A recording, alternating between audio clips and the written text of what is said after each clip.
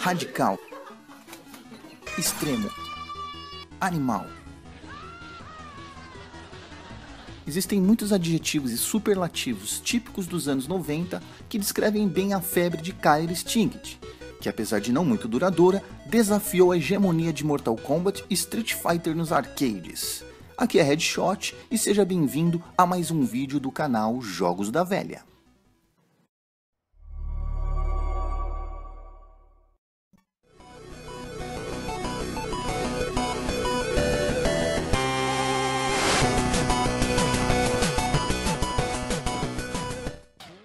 Killer Instinct foi lançado em outubro de 1994, originalmente para arcades, e por meio de uma colaboração entre três grandes empresas: a Rare, que entrou com o desenvolvimento, a Midway com o hardware e a distribuição, e para surpresa de muitos na época, a Nintendo com o licenciamento, ou melhor, a bufunfa, a grana, meu povo. A história do jogo se passa em um futuro distópico, em que uma mega corporação chamada Ultratech substitui todos os governos no poder. E aí, na falta do que fazer, ela decide criar um torneio chamado Killer Instinct, a fim de testar a força de seus guerreiros criados em laboratório. Mas nessa competição especial, a corporação descobriu uma tecnologia que permite abrir portais para outra dimensão, e daí libertou Idol, uma criatura horrenda de duas cabeças. O jogo já foi lançado em meio a algumas polêmicas, pois a Nintendo, empresa que tinha sua imagem ligada a encanadores do bem, donzelas em perigo e outras criaturas politicamente corretas, agora estava empreendendo em um título sombrio e violento. Mas isso fazia sentido em meados de 1993. Neste período, os videogames atingiam outro nível de maturidade, principalmente com o gênero de luta, obtendo grande sucesso nos fliperamas.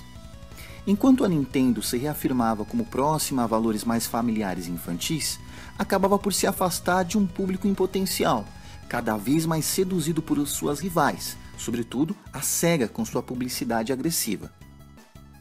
Não ajudou nada também o fato de que as versões domésticas e censuradas de Mortal Kombat venderam muito menos as que mantinham toda a brutalidade e sangue intactos. Dessa forma, a Nintendo precisava de uma resposta ousada e que transgredisse contra ela própria, a fim de se aproximar de uma audiência mais adulta e dar aquilo que era desejado na época: violência, adrenalina e atitude. Convenientemente entra a Rare na história, que estava começando a testar novas tecnologias visuais para seus jogos. A ideia era relativamente simples: produzir todos os elementos gráficos no computador em diferentes perspectivas e ângulos e então transferi-los para memórias em sprite. A impressão que se tinha era de estar controlando um modelo poligonal de alta definição, que na verdade tratava-se de gráficos pré-renderizados e muito utilizados em jogos como Donkey Kong Country. Hoje em dia os gráficos impressionam pouquíssimo, porém em 1994 ter lutadores tão ou mais detalhados e definidos como em Mortal Kombat e em arenas com uma certa tridimensionalidade, como em Virtua Fighter, era algo de outro mundo. E o que adianta oferecer uma experiência audiovisual jamais vista se o gameplay não presta, certo? Felizmente não é o caso de Killer Instinct. Apesar de não ser um primor de inovação, as lutas eram muito mais ágeis e sem separação de rounds. Para contribuir com o ritmo frenético, os combos se tornavam o centro das atenções. Em Killer Instinct, era possível executar com facilidade sequências de 20 hits para cima, sem fazer muitas peripécias com o controle e ainda emendar facilmente o Ultra Combo, em que o computador assumia o espancamento em sequência de golpes. Além do Ultimate Combo, que finaliza o adversário com Fatality, mas nada tão hediondo como em Mortal Kombat. Aqui não tem desmembramento, essas coisas absurdas que tinha no Mortal Kombat não. Como alternativa para as finalizações, havia Humiliation, que obrigava o lutador perdedor a dançar, e que certamente foi inspiração para o Friendship do Mortal Kombat 2. Com uma luta tão centrada na sequência de golpes, é claro que uma forma de contra-ataque deveria ser pensada, senão os combates seriam uma bagunça desequilibrada. E aí que entram os Combo Breakers, sequências especiais que interrompem o combo do adversário. Mas apesar de bacana de assistir, o sistema de combate de KL não é perfeito. Mesmo após 5 revisões lançadas em sua carreira nos arcades, o título tem um número considerável de glitches, mortes bem baratas e desequilíbrio entre os personagens. O mais emblemático é o Cinder, que quando bem controlado pode ser quase invencível e fazer Idol churrasquinho em menos de 10 segundos. Vamos conhecer então um pouco da história dos personagens do jogo. Todo jogo de luta tem o seu Ryu. O de Killer Instinct se chama Jago, monge tibetano guiado pelo espírito de tigre. Ele entra no torneio com o objetivo de acabar com a Ultratech e assim externar toda a energia negativa dentro de si, encontrando o caminho da plenitude. Black Orchid, a única mulher do jogo, é uma agente secreta cuja missão é acabar com a corrupta Ultratech, nem que para isso tenha de usar o busto para matar os inimigos do coração. Em Killer Instinct 2 é revelado que ela e Jago são irmãos separados no nascimento. Sabre Wolf. Conde von Sabre Wolf foi amaldiçoado após ter sido mordido por um lobo. Aprisionado em sua forma selvagem, o lobisomem entra no torneio esperando que encontre a cura para si de algum jeito. Glacius. Trata-se de um ser extraterrestre de um planeta muito distante.